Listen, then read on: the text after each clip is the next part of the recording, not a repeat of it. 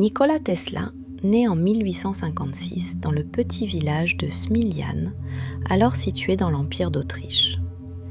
Il vit le jour lors d'une nuit d'été qui ne ressemble pas aux autres.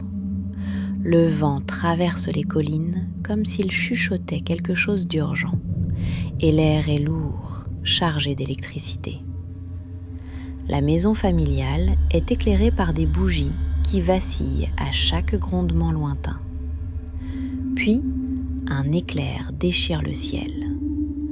La lumière blanche remplit la pièce où sa mère accouche, et la sage-femme, surprise, murmure que ce n'est pas bon signe. Dans cette région où les histoires se transmettent plus vite que la raison, naître au cœur d'un orage peut sembler un avertissement. La mère, pourtant, garde son calme. Elle regarde le nouveau-né, fragile mais éveillé, et dit doucement que cette lumière sera sa chance, pas sa menace. Elle prononce ces mots sans savoir à quel point ils seront vrais. Dans cette maison modeste, l'enfance de Nikola commence entre deux forces qui le marqueront pour toujours. La rigueur d'un père prêtre, exigeant, très attaché aux règles, et la patience créative d'une mère qui ne sait ni lire ni écrire, mais qui fabrique tout ce dont elle a besoin avec ses mains. Le père attend de ses enfants une discipline parfaite.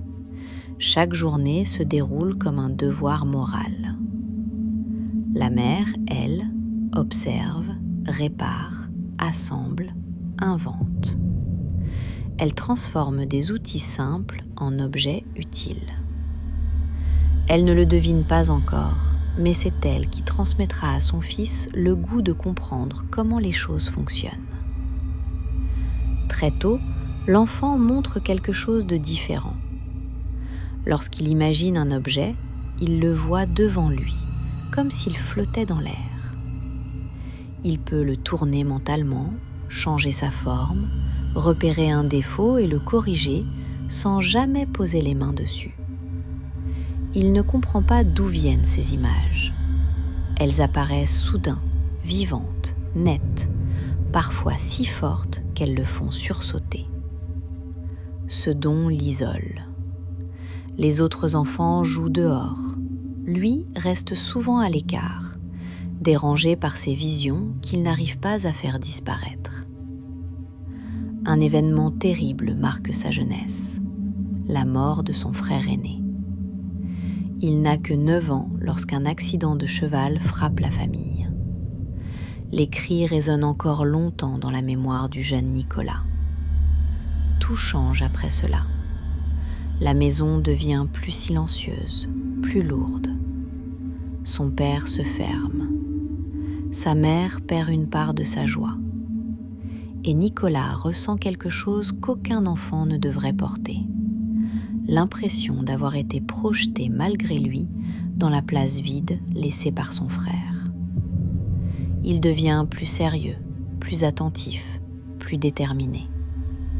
On ne lui dit rien, mais il comprend. À cet âge-là, il passe parfois des heures entières couché dans l'herbe à regarder le ciel.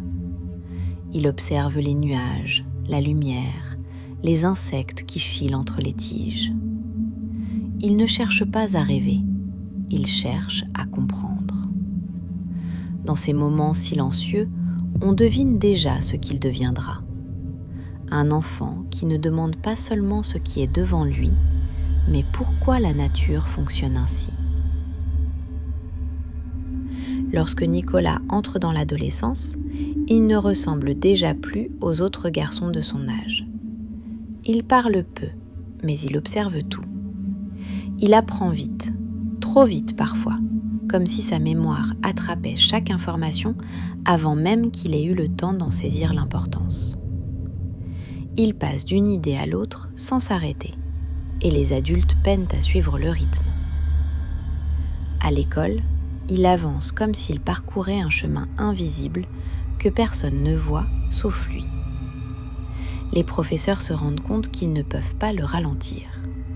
Chaque leçon semble glisser dans son esprit pour s'y organiser à toute vitesse avec une logique qui lui appartient. Il lit des livres entiers en quelques heures, retient chaque phrase et les répète parfois mot pour mot sans avoir besoin de les revoir. Mais cette facilité n'est pas confortable. Elle crée en lui une agitation intérieure qui ne s'éteint jamais vraiment. C'est à cette période qu'apparaissent les gestes qu'il n'arrivera plus jamais à maîtriser complètement. Il se met à répéter certains mouvements 3 fois avant de poursuivre sa route. Il refuse de toucher certains objets sans savoir pourquoi. Il évite les perles, les bijoux circulaires, les surfaces trop lisses. Lorsqu'il marche, il compte ses pas. Il peut refaire un trajet juste parce qu'un nombre ne lui semblait pas correct. Personne ne parle encore de troubles compulsifs. Personne ne comprend ses comportements. Mais eux rythment sa vie quotidienne comme une langue secrète qu'il est le seul à entendre. En classe, il étonne autant qu'il dérange. Lorsqu'un professeur pose une question, Nicolas ne répond pas simplement. Il déroule une explication longue, claire, qui dépasse parfois le cadre du cours. Les autres élèves l'admirent de loin, mais n'osent pas s'approcher. Il n'est pas rejeté, il est à part. Et lui, même sans le vouloir, entretient cette distance. À la maison, l'ambiance est devenue différente depuis la mort de son frère. Son père est redevenu strict, presque sévère, comme si la discipline pouvait empêcher les tragédies. Mais la mère comprend mieux ce qui se joue dans l'esprit de son fils. Parfois, elle l'observe penser, sans rien dire. Elle reconnaît dans ses yeux ce qu'elle ressent elle-même lorsqu'elle imagine un objet à fabriquer. Elle ne sait pas mettre de mots là-dessus, mais elle sait que quelque chose d'unique grandit chez lui. Puis arrive la période du choléra. La maladie frappe la région sans prévenir, et Nicolas, malgré sa jeunesse, tombe gravement malade. Pendant des semaines, il est incapable de se lever. La fièvre le rend faible, les visions deviennent plus fortes encore, si précises qu'elles l'empêchent de dormir. Le père, voyant son fils décliner, réalise soudain ce qu'il risquerait de perdre. Il abandonne son idée d'en faire un prêtre et, un soir, il s'assoit près de son lit et lui murmure une promesse qui changera leur vie à tous les deux. « Si tu guéris, tu étudieras ce que tu veux. Je ne te retiendrai plus. » Ces mots marquent quelque chose de profond. Le jeune Nicolas sent qu'il reçoit enfin l'espace dont il avait besoin. Il n'est pas encore remis lorsqu'il commence à imaginer ce que pourrait être sa vie d'ingénieur. Il pense à des machines, à des mouvements, à des idées qu'il n'avait encore jamais osé formuler. La maladie l'affaiblit, mais elle ouvre en lui une certitude nouvelle. Quand il finit par se lever, encore fragile, il ne doute plus. Il sait que sa route sera longue, exigeante, peut-être solitaire. Mais il vient d'obtenir l'accord dont il avait besoin, celui d'avancer vers ce monde où les idées ne sont pas limitées par la peur, les traditions ou les attentes familiales. Et ce simple changement permet à son esprit d'aller encore plus loin. Quand Nicolas arrive à l'école polytechnique de Graz en 1875, il découvre un monde qu'il n'avait jusque-là rencontré qu'en rêve. Les salles de cours sont vastes, remplies de tables en bois lourd, de machines étranges, de modèles mécaniques accrochés au mur. Il entend pour la première fois le bourdonnement régulier des générateurs, ce son qui deviendra l'un des fils conducteurs de sa vie. Le jeune homme sent qu'il n'est plus un enfant exceptionnel dans un petit village. Il est devenu un étudiant entouré de savoir, et cela le galvanise. Les premiers mois, il avance dans ses études comme s'il respirait une nouvelle forme d'air. Chaque cours déclenche chez lui une série de réflexions qui s'enchaînent sans effort. Il arrive avant ses camarades, lit des dizaines de pages avant le lever du soleil, prend des notes jusqu'à la nuit tombée. Les professeurs sont surpris. Il semble absorber tout ce qu'on lui enseigne sans jamais s'essouffler. On le voit souvent assis au premier rang, le regard fixé sur les démonstrations, immobile mais entièrement présent, comme si chaque mouvement de la machine devant lui était une phrase qu'il lisait silencieusement. Un jour, un professeur apporte un générateur à courant continu. Les étudiants se rapprochent, intrigués par le bruit sourd de la machine. L'appareil tourne lentement, puis accélère, tandis que le professeur explique les limites du système, l'usure des pièces, les frottements, les risques de surchauffe. Les autres élèves notent ce qu'ils entendent.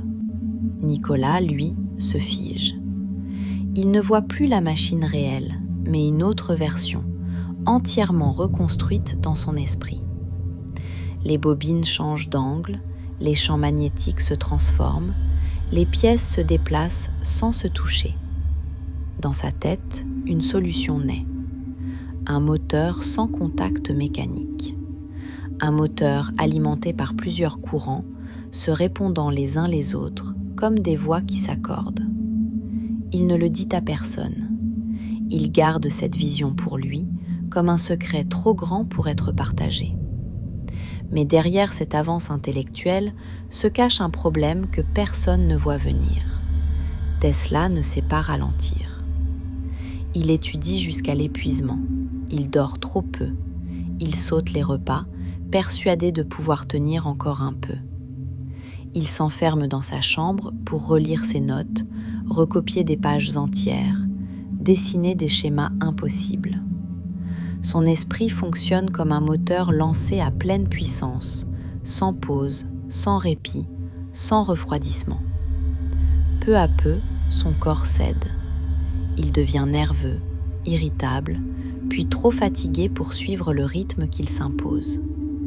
Il perd du poids, dort par petites bribes, se réveille avec des tremblements qu'il ne comprend pas. À la fin de l'année, il n'est plus capable de maintenir cette intensité. Il rate un cours, puis deux. Puis il disparaît des bancs de l'école sans préavis. Personne ne comprend vraiment ce qui s'est passé.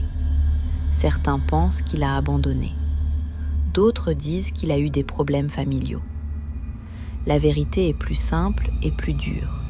Son esprit avançait trop vite pour son propre corps. Il s'est brûlé de l'intérieur, incapable de trouver l'équilibre. Dans les mois qui suivent, il quitte Graz sans diplôme. Pour un homme comme lui, c'est une chute silencieuse. Pas une humiliation, mais un vide. Il avait trouvé l'endroit où son intelligence brillait, et pourtant, il n'a pas pu y rester. Il part sans dire au revoir, sans savoir ce qu'il attend, et avec la sensation étrange d'avoir laissé derrière lui quelque chose qu'il n'a pas terminé. Mais au fond de lui, une conviction reste intacte. Ce qu'il a entrevu dans cette salle de classe, ce jour où le générateur s'est mis à tourner, ne l'a pas quitté. Un moteur vit dans sa tête, et un jour, il le fera naître pour de vrai. Après avoir quitté Graz, Nicolas avance dans la vie comme quelqu'un qui aurait trébuché sans comprendre comment. Il marche beaucoup, change plusieurs fois de ville, tente de trouver sa place, mais rien n'a la structure qu'il recherchait. Il ne l'avoue à personne, mais il porte en lui la déception d'avoir quitté une école qu'il rêvait de terminer. Il s'installe d'abord à Maribor, une petite ville, où il prend un travail qui ne lui ressemble pas. Il fait des tâches simples, presque mécaniques, qui ne stimulent en rien son imagination. Les journées se ressemblent, lentes et silencieuses, et il sent parfois une lourdeur dans la poitrine, une sorte de tristesse qu'il ne nomme pas, mais qui plane au-dessus de lui, comme une brume grise. Il reste là quelque temps, puis se remet en route. Il revient chez ses parents, un peu honteux, un peu perdu, mais accueilli avec douceur par sa mère, qui sent immédiatement que son fils n'a pas renoncé. Il cherche simplement un endroit où commencer à nouveau. Ce retour à la maison ne dure pas. Très vite, il repart, comme si l'air du village était trop étroit pour contenir ses pensées. Il rejoint Prague en 1880, dans l'espoir d'étudier encore, mais rien ne s'aligne comme il l'aurait voulu. Il manque de moyens, arrive trop tard pour certains cours, et les portes de l'université ne s'ouvrent pas comme il l'espérait. Il passe ses soirées à marcher dans les rues, à observer les façades éclairées, à écouter les conversations qui se croisent dans les cafés. Il veut apprendre, comprendre, reprendre le fil de ses études, mais tout semble lui glisser entre les doigts. En 1881, il trouve enfin un poste à Budapest, dans une compagnie téléphonique en plein développement. Le travail est technique, précis, mais assez répétitif. Il s'y plonge pourtant avec sérieux, comme toujours. Il organise les circuits, améliore certains mécanismes, corrige des défauts que personne n'avait remarqués. Les collègues l'apprécient pour son efficacité, même s'ils sont parfois déroutés par ses habitudes étranges. Il ne serre pas facilement la main, il essuie plusieurs fois la même surface avant de s'asseoir, et ses mouvements sont souvent précédés d'un petit temps de pause, comme s'il alignait mentalement les choses avant de les vivre. C'est à Budapest qu'il sombre dans une période de grande fatigue nerveuse. Les visions qu'il avait enfant reviennent avec une force impressionnante. Lorsqu'il pense à un objet, il le voit tellement clairement qu'il ne distingue plus ce qu'il a réellement devant les yeux. Son esprit, saturé, semble vouloir exploser. Il fait des migraines, perd l'appétit, dort mal. Il marche des heures pour essayer d'apaiser son esprit, mais la tension ne cesse pas.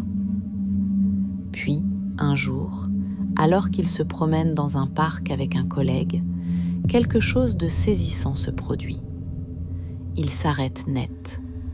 Il regarde le sol, puis l'air devant lui, comme s'il observait un spectacle invisible aux autres. Dans son esprit apparaît une machine complète, un moteur tournant sans contact, alimenté par plusieurs courants qui se répondent. Une image précise, stable, qui s'impose à lui avec une évidence presque physique. Ce n'est pas une idée vague, c'est un moteur réel, en mouvement, qu'il voit de tous les côtés. Il peut l'agrandir, le réduire, arrêter sa rotation, puis le relancer mentalement. Il en comprend chaque pièce, chaque interaction. Il sait exactement comment cette machine pourrait exister dans le monde réel. Son collègue le regarde, surpris par cette immobilité soudaine. Tesla ne dit presque rien. Il laisse juste échapper quelques mots. « Je viens de voir quelque chose que je dois construire un jour. » Ce moment devient le pivot de toute sa vie. La vision du moteur à induction n'est pas seulement une idée brillante, c'est une révélation. Il comprend qu'il possède en lui quelque chose qui dépasse les études interrompues, les emplois sans éclat et les villes traversées sans s'y ancrer. Il ne sait pas encore comment, ni quand, ni où. Mais il sait que ce moteur doit exister. Et cette conviction suffit pour remettre son esprit en marche. En 1884, Nikola Tesla embarque sur un bateau pour traverser l'Atlantique. Il n'a presque rien dans ses poches, mais il transporte avec lui quelque chose de bien plus précieux, l'idée du moteur qu'il a vu en esprit. Il quitte l'Europe comme on quitte un rêve trop étroit. Il espère que l'Amérique lui offrira enfin l'espace nécessaire pour transformer ses visions en réalité. Quand il arrive à New York, la ville l'assomme. Les rues sont bruyantes, saturées de gens qui marchent vite, de chevaux qui tirent des charrettes, de machines qui sifflent et vibrent. Les bâtiments semblent monter jusqu'au ciel et les trottoirs ne cessent jamais de trembler. Tesla avance au milieu de cette agitation sans vraiment s'y mélanger. La foule l'étouffe, le rythme le dépasse, mais il garde la tête droite, déterminé à trouver la place qui lui appartient. Il possède une seule lettre de recommandation, un simple morceau de papier adressé à l'un des hommes les plus influents du pays, Thomas Edison. Le géant de l'électricité, l'inventeur que l'Amérique admire déjà, l'homme dont les lampes éclairent les rues de New York. Grâce à cette lettre, Tesla obtient un entretien. Edison reçoit ce jeune ingénieur européen avec curiosité, mais aussi méfiance. La façon dont Tesla parle de ses idées est trop précise, trop épurée, presque trop parfaite pour paraître réaliste. Les deux hommes ne se comprennent pas immédiatement. Pas parce qu'ils s'opposent, mais parce qu'ils ne vivent pas l'électricité de la même manière. Edison travaille avec ses mains, teste, modifie, recommence, ajuste pièce après pièce. Il avance par essais successifs, comme un artisan expérimenté qui trouve la solution en manipulant la matière. Tesla, lui, pense dans sa tête. Il n'a pas besoin d'atelier pour imaginer un circuit. Il n'a pas besoin de tests pour savoir si une idée fonctionnera. Il visualise tout, complètement, avant même de toucher un outil. Edison préfère le courant continu, un flux stable que l'on maîtrise facilement, mais qui ne voyage pas loin. Tesla défend le courant alternatif, un flux oscillant, puissant, capable de traverser de longues distances. Deux visions opposées, deux manières de comprendre l'électricité, deux mondes qui ne se croisent pas. Malgré ces différences, Tesla accepte de travailler pour Edison, persuadé qu'il pourrait trouver là un environnement où prouver la valeur de ses idées. Mais la collaboration est difficile dès le début. Les journées sont longues, bruyantes, remplies d'expériences qui ne le concernent pas vraiment. Les collègues remarquent vite ses habitudes singulières. Ils ne comprennent pas ce comportement, mais constatent qu'il travaille avec une précision qu'ils n'ont jamais vue. Un jour, Edison lui confie un problème technique complexe lié à des générateurs qui surchauffent. Tesla analyse la situation sans toucher la machine. En quelques minutes, il explique comment modifier certaines pièces, ajuster les bobines, améliorer l'isolation. Les techniciens réalisent la modification et le système fonctionne mieux. Edison, surpris, reconnaît son efficacité, mais ne voit toujours pas en lui un véritable partenaire. Il perçoit Tesla comme un ingénieur brillant, mais imprévisible. Trop théoricien, trop idéaliste. Puis vient le moment qui mettra un terme à leur collaboration. Tesla propose, encore une fois, un système à courant alternatif. Edison l'interrompt sèchement. L'alternatif, c'est dangereux. On ne peut pas construire un monde sur quelque chose d'aussi instable. Pour Tesla, cette phrase est comme un mur. Il comprend qu'aucune explication, aucune démonstration, aucune note de calcul ne changera la vie d'Edison. L'homme est trop attaché à son système, trop impliqué pour accepter un autre modèle. La séparation devient inévitable. Tesla quitte l'entreprise sans argent, mais avec une certitude encore plus solide qu'avant. Il avait raison. Le courant alternatif est l'avenir. Mais pour l'instant, il marche dans les rues immenses d'une ville qu'il ne connaît pas, seul, sans travail, sans ressources. New York n'a rien d'un refuge. Elle devient pour un temps le décor d'une survie difficile. Quand Tesla quitte Edison, il pense d'abord pouvoir rebondir rapidement. Il se dit qu'un homme avec autant d'idées et autant de précision finirait bien par trouver un laboratoire, un poste, une équipe, quelque chose qui ressemble à une nouvelle chance. Mais New York n'a aucune patience. Et personne ne sait encore que ce jeune homme silencieux porte dans son esprit un système électrique capable de changer un pays entier. Les semaines passent, puis les mois, et l'argent s'épuise. Tesla, qui a toujours vécu dans une forme d'abstraction presque noble, se retrouve confronté à une réalité brutale. Il doit manger, se loger, survivre. Alors il accepte ce qu'on lui propose. Des travaux physiques, des tâches simples, des emplois que personne ne voudrait garder longtemps. On le voit un matin tenir une pelle, creuser une tranchée dans une rue bruyante. La terre est lourde, l'air est chaud, et le bruit des chariots se mêle au claquement des marteaux. Tesla travaille sans se plaindre. Chaque coup de pelle l'éloigne de l'image qu'il avait de lui-même, mais il ne se rebelle pas. Il avance, parce qu'il n'a pas le choix. Et dans ce contraste violent, quelque chose de très humain apparaît. Un génie absolu qui, pendant plusieurs mois, vit la même vie que n'importe quel ouvrier. Le soir, quand il rentre, il s'assoit souvent seul, avec très peu à manger, et réfléchit à ce moteur qu'il a vu dans son esprit.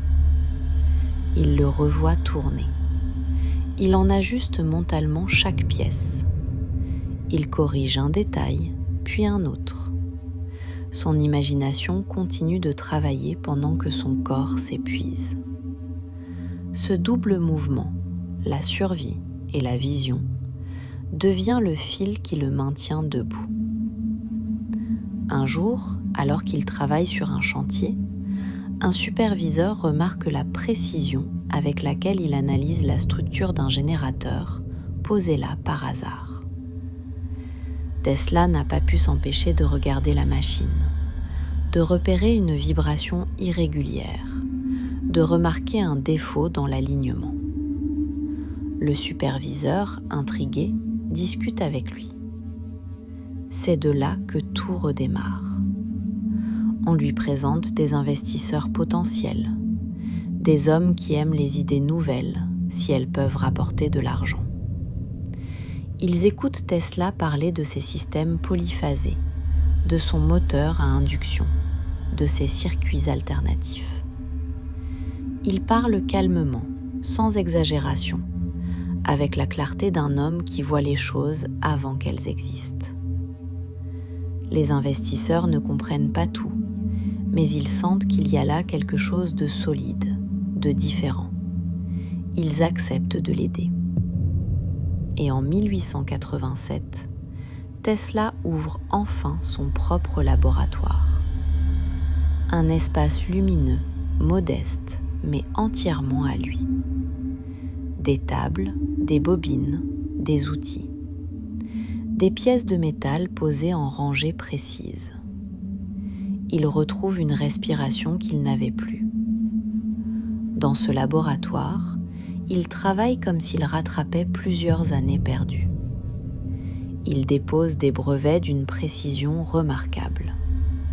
Des moteurs, des transformateurs, des systèmes alternatifs qui forment un ensemble cohérent, comme les chapitres d'une même idée. Puis arrive la rencontre qui change tout. George Westinghouse. Westinghouse est un industriel américain solide, direct, beaucoup plus ouvert qu'Edison. Lorsqu'il découvre les brevets de Tesla, il comprend immédiatement leur importance. Il ne voit pas seulement des dessins techniques, il voit une révolution. Il rencontre Tesla, discute avec lui, observe la façon dont l'inventeur décrit ses machines. Et ce jour-là, il prend une décision décisive. Acheter ses brevets et lui donner les moyens de construire son système. Pour la première fois, quelqu'un d'influent regarde Tesla avec confiance. Pas comme un rêveur, pas comme un théoricien, comme un homme capable de transformer l'électricité elle-même. Quand Tesla signe le contrat avec Westinghouse, il ne gagne pas seulement de l'argent. Il gagne une seconde naissance. Le moteur qu'il avait eu dans son esprit des années plus tôt n'est plus un rêve solitaire.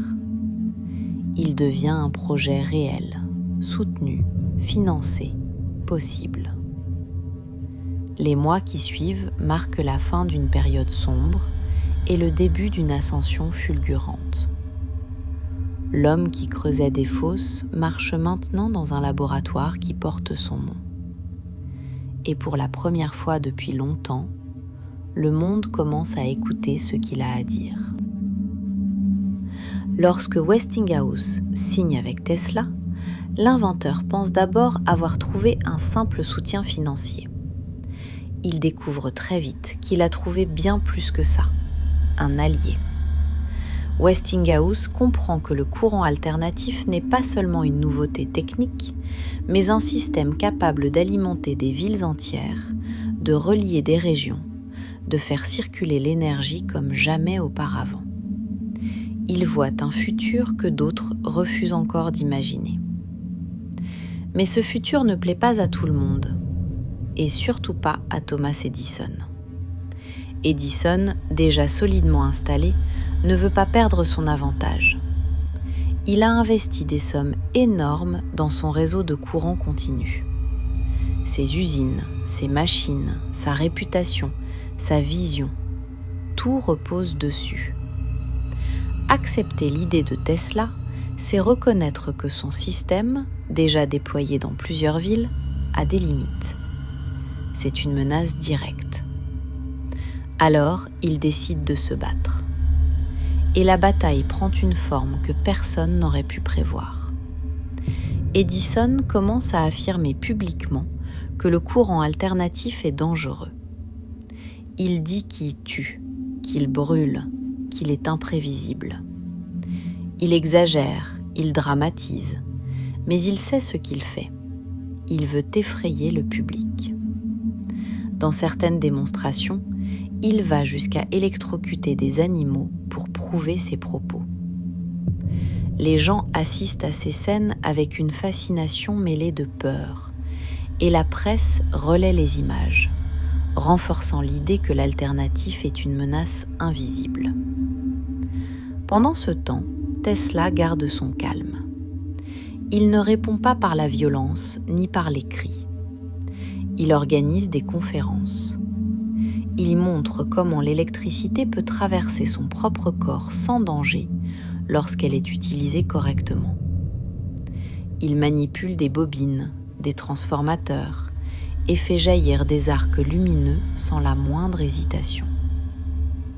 Les spectateurs, d'abord inquiets, finissent par comprendre que l'alternatif n'est pas un monstre, mais un outil puissant qui demande simplement d'être maîtrisé. Westinghouse soutient Tesla à chaque étape.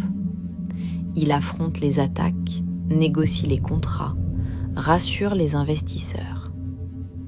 Les deux hommes ne se ressemblent pas, mais ils avancent dans la même direction.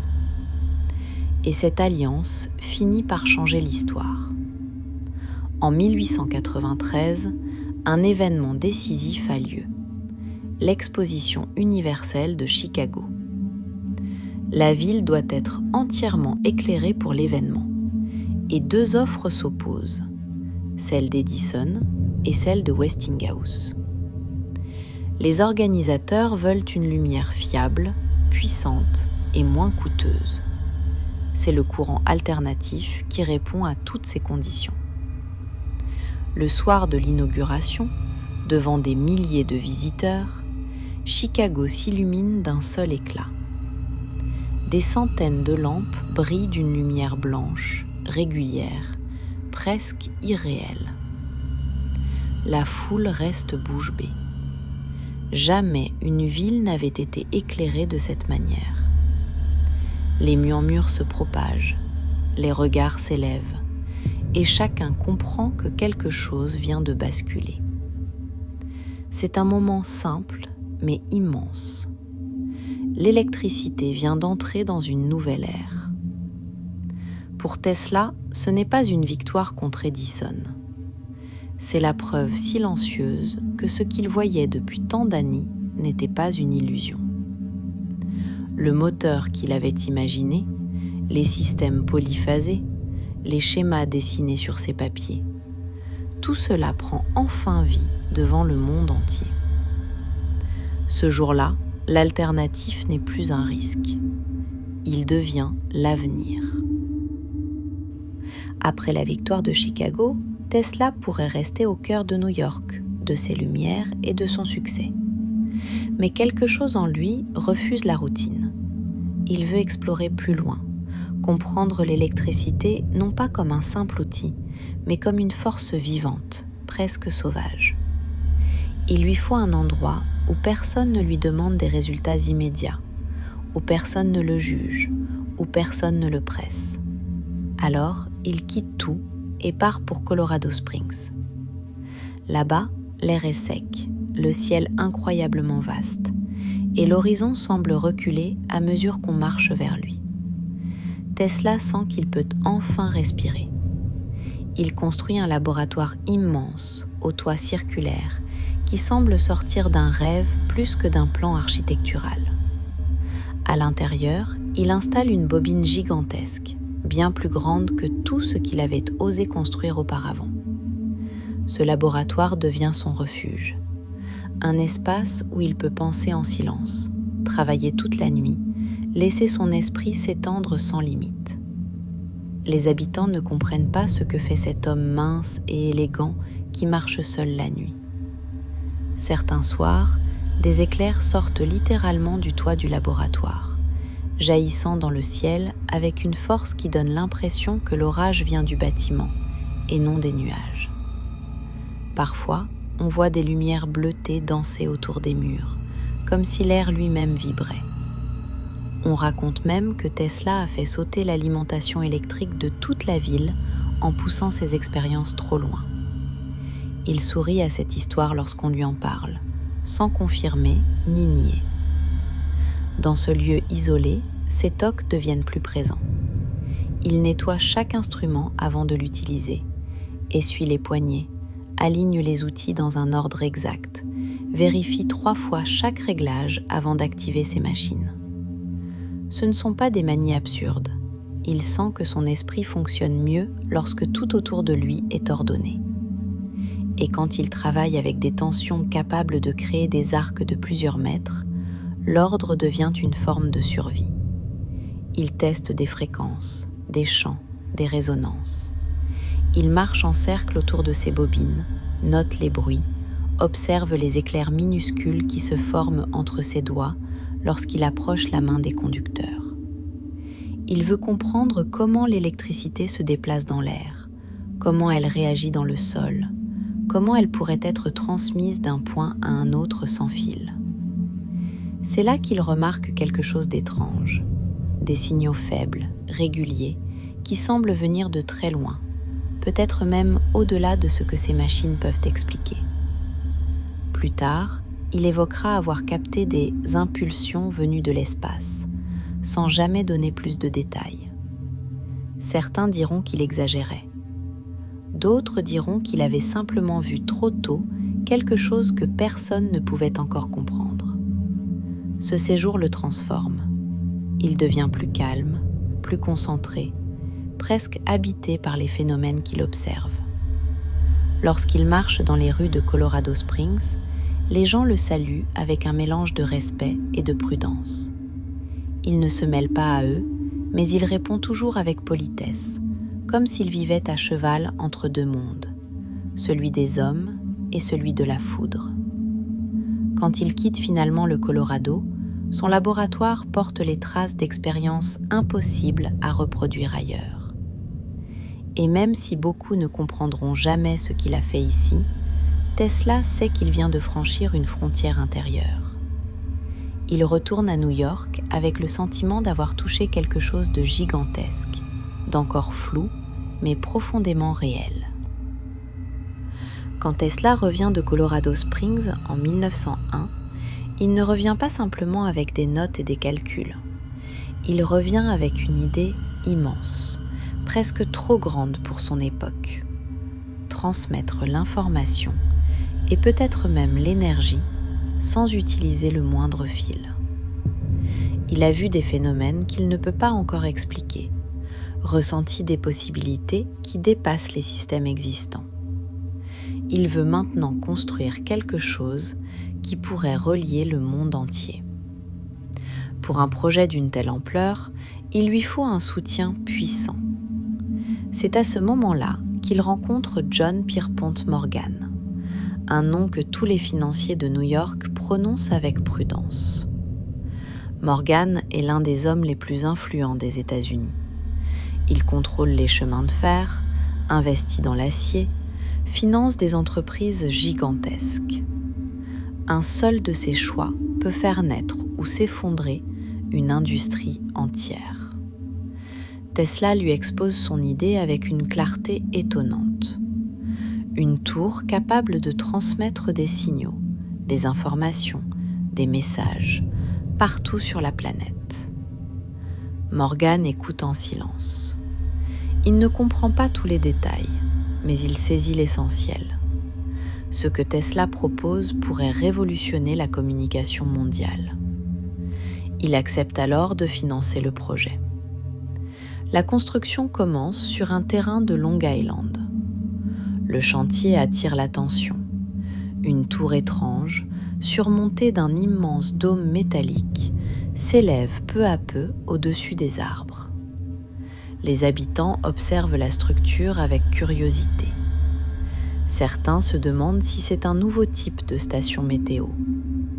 D'autres imaginent que Tesla essaie de parler aux nuages. À l'intérieur du chantier, Tesla travaille avec la même intensité que dans son laboratoire du Colorado. Il examine chaque pièce, surveille chaque connexion, marche autour du site comme s'il en gardait le rythme interne. Il ne construit pas un bâtiment, il construit un système vivant. Il voit déjà les signaux traverser l'air, les continents, les océans. Mais au fur et à mesure que la tour monte, Morgan commence à comprendre que Tesla vise beaucoup plus qu'un système de communication. Tesla rêve de transmettre l'énergie elle-même. Il imagine un monde où l'électricité voyagerait dans l'air, accessible à tous, partout, sans installation coûteuse. Pour un inventeur, c'est une vision magnifique. Pour un financier, c'est un cauchemar. Morgan n'est pas un ennemi, il n'est pas cruel. Il est simplement pragmatique. Un réseau électrique gratuit, impossible à contrôler, impossible à facturer, menace tout le système économique. Alors, il retire progressivement son soutien. Les fonds diminuent, s'arrêtent, puis disparaissent. Tesla tente de continuer, mais les dettes s'accumulent. Le chantier ralentit. Les ouvriers partent, les machines s'éteignent une à une. Et la tour, encore inachevée, reste figée comme un géant immobile. Wardenclyffe devient le symbole d'un rêve trop en avance. Tesla y retourne parfois, marche autour des structures silencieuses, pose sa main sur les piliers froids. Il sait que le projet ne renaîtra pas. Il ne dit rien, mais il le sent profondément. Quelque chose s'est brisé ici. Pas son génie, pas son envie d'inventer, mais cette sensation rare d'être en phase avec une époque. La tour restera là encore quelques années, inutile, abandonnée, jusqu'à finir démolie. Et avec elle disparaît l'espoir de Tesla de connecter le monde comme il l'imaginait. Après l'échec de Wardenclyffe, Tesla continue d'inventer, mais le monde autour de lui change à une vitesse qu'il n'avait pas prévue. Les grandes entreprises prennent de l'importance. Les laboratoires deviennent immenses, organisés, financés par des groupes qui cherchent des résultats rapides. Tesla, lui, reste fidèle à sa façon de travailler. Seul, précis, absorbé par ses idées, insensible aux exigences commerciales. Et cela le met peu à peu à l'écart. Il dépose encore de nombreux brevets. Il imagine des turbines légères, des moteurs sans pales, des systèmes de propulsion différents de tout ce qui existe à l'époque. Certains concepts sont brillants, d'autres sont trop ambitieux pour être compris. Mais tous témoignent du même esprit, un homme qui refuse de s'arrêter simplement parce que le monde ne le regarde plus. Sa vie matérielle, en revanche, se complique. Il n'a plus les revenus qu'il avait grâce à Westinghouse. Il vit dans des hôtels modestes, souvent avec des dettes qui s'accumulent. Il n'en parle à personne. Il continue de marcher droit, de s'habiller avec soin, de porter des costumes impeccables, même lorsqu'il n'a plus les moyens de les remplacer. Ses tocs, eux, s'intensifient avec les années. Il refuse tout contact physique et évite les poignées de porte. Il ne touche jamais un objet sans l'avoir essuyé. Il exige exactement le même nombre de serviettes à chaque repas et les plie dans un ordre précis avant de commencer à manger. Il compte ses pas. Il organise ses chambres d'hôtel comme s'il construisait une petite machine intérieure. Chaque objet a sa place, chaque mouvement doit suivre un chemin décidé. Malgré ses comportements étranges, Tesla reste un homme d'une grande politesse. Il parle doucement, choisit ses mots avec soin, répond toujours lorsqu'on lui adresse la parole. Les journalistes viennent parfois l'interroger. Ils sont fascinés par cet inventeur isolé qui parle d'un futur dans lequel les avions décolleraient verticalement, où l'on communiquerait instantanément entre deux continents, où l'énergie pourrait être transmise sans fil. Ils écrivent des articles sur ces idées, mais les industriels ne suivent pas. Le fossé entre ces visions et les besoins concrets du marché devient trop large. Tesla avance pourtant. Il prend des notes chaque jour, remplit des cahiers entiers de croquis, de calculs, de phrases courtes qui résument des pensées complexes. Il passe de longues heures à marcher, à réfléchir, à observer la ville. Il vit dans un monde intérieur qui n'appartient qu'à lui. Un monde où les idées continuent de surgir avec la même force que dans sa jeunesse. Mais quelque chose change malgré tout. Ce n'est pas son génie, ni son envie d'inventer.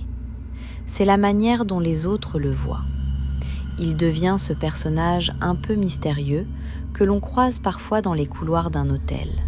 Ce scientifique élégant mais solitaire que les serveurs respectent sans vraiment comprendre son histoire. Il n'est plus au centre des décisions, mais il n'est pas éteint pour autant. Tesla ne cherche jamais à revenir sur le devant de la scène. Il n'éprouve ni rancœur ni regret. Il suit simplement sa route, comme il l'a toujours fait, convaincu que sa valeur ne dépend pas de l'attention qu'on lui porte.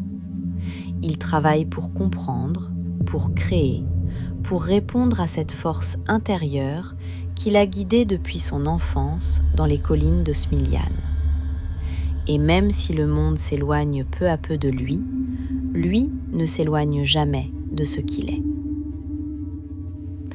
À partir des années 1930, Tesla s'installe presque définitivement dans les chambres d'hôtel de New York. Il en change parfois, mais reste fidèle à quelques lieux qui lui apportent le silence dont il a besoin.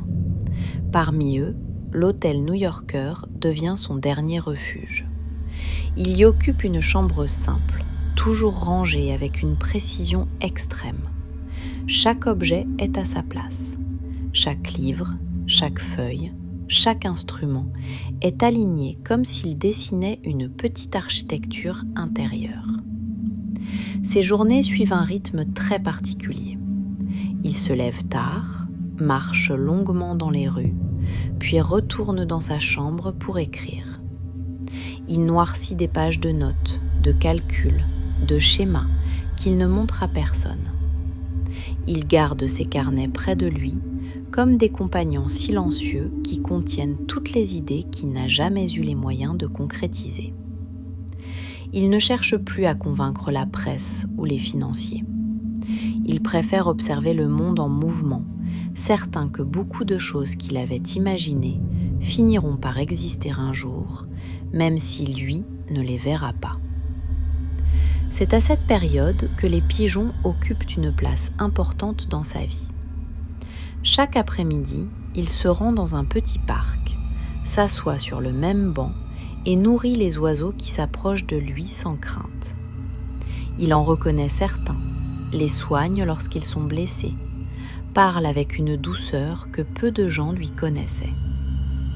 Ces moments simples, loin des machines, lui apportent une paix que la gloire et la reconnaissance n'avaient jamais réussi à lui offrir. Dans le regard de ces animaux, il ne sent ni jugement ni incompréhension, seulement une présence tranquille. À l'hôtel, le personnel le respecte profondément. Ils savent qu'il vit avec peu de moyens, mais ils voient aussi qu'il reste d'une élégance irréprochable. Ses costumes sont anciens, mais impeccablement tenus. Sa démarche est lente, mais droite. Il parle avec gentillesse, remercie toujours et ne dérange jamais. Sa politesse contraste avec la solitude dans laquelle il s'enfonce, mais cette solitude ne semble pas l'effrayer. Elle l'accompagne depuis son enfance. Elle est presque devenue une amie.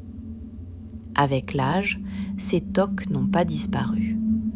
Il désinfecte ses assiettes, plie ses serviettes avec soin, exige des habitudes précises pour se sentir en sécurité. Ses gestes sont parfois surprenants pour les employés, mais jamais agressifs. Il témoigne simplement de ce besoin d'ordre qui l'a toujours aidé à organiser un esprit trop vaste pour rester calme naturellement. Malgré sa vie discrète, Tesla garde une activité mentale impressionnante. Il réfléchit encore à des systèmes de défense, à des moteurs plus efficaces, à des transmissions d'énergie dirigées. Certains projets semblent irréalisables, mais il continue de les peaufiner comme si, un jour, il pourrait enfin voir le jour. Il écrit, rature, recommence, garde tout dans ses carnets. Le 7 janvier 1943, un matin d'hiver, Tesla s'éteint dans sa chambre d'hôtel. Il part seul, dans un silence presque naturel pour lui. Ce n'est pas une disparition spectaculaire, ce n'est pas un événement public. C'est la fin douce d'une vie qui n'a jamais cessé d'être tournée vers l'avenir. Dans la pièce, rien n'est en désordre. Ses papiers sont rangés, ses objets soigneusement alignés. La fenêtre laisse passer une lumière grise qui éclaire son bureau. On pourrait croire qu'il s'est simplement assoupi au milieu d'un travail interrompu. Et pourtant, même dans cette fin discrète, une évidence demeure. L'homme qui a changé la manière dont le monde se nourrit d'électricité n'a jamais cessé de rêver, même lorsque le monde a cessé de l'écouter.